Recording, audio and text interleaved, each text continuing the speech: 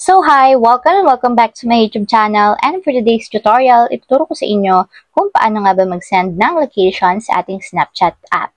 But first, kindly subscribe to my channel and don't forget to hit the subscribe button and the bell to notify you for my new updates. And if you want to learn more, just keep on watching and let's start. So ayan guys, for today's video, i-open lang natin ang ating Snapchat account. And then dito guys, pumunta lang tayo sa conversation ng ating Snapchat. So tap lang natin yung mga chats or sa conversation. And dito guys, pumili lang kayo ng isang conversation kung saan gusto nyong mag-send ng location. So mag-open lang tayo ng conversation. And dito guys, para ma-share yung ating exact location or yung ating real-time location, tap nyo lang dito yung add button or plus button na nandito sa right side.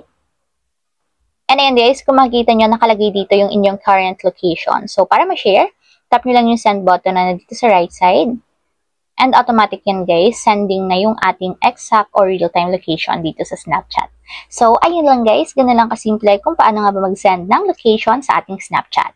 If you have a question, kindly comment down below and don't forget to hit the subscribe button and the bell to notify you for my new updates. And thank you for watching!